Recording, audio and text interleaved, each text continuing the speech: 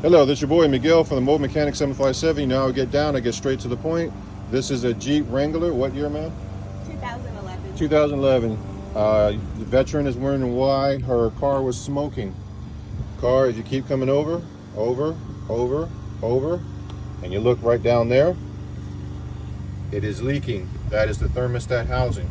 So how she would take this thermostat housing off is she would unclamp right here,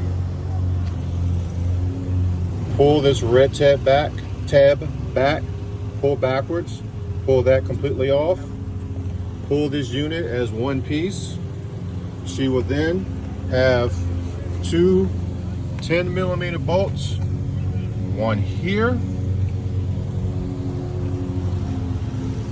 and it's hard to see, but between these wires there's a 10mm bolt.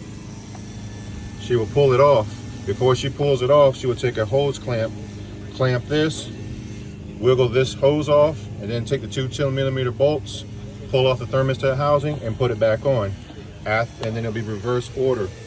Also, in this particular configuration, she's going to have future issues due to the fact that this right here is reading how much air is coming in the car.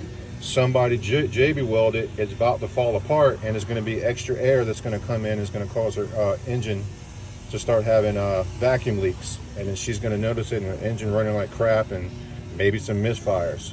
This has to be done properly. So guys, if you're putting these on, please do it properly. This is not a proper job right here. This has to be resealed.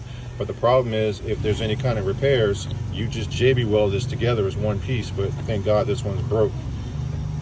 Also, these right here, these filters right here are special filters. You have to use special cleaner right here. They have, it is filthy.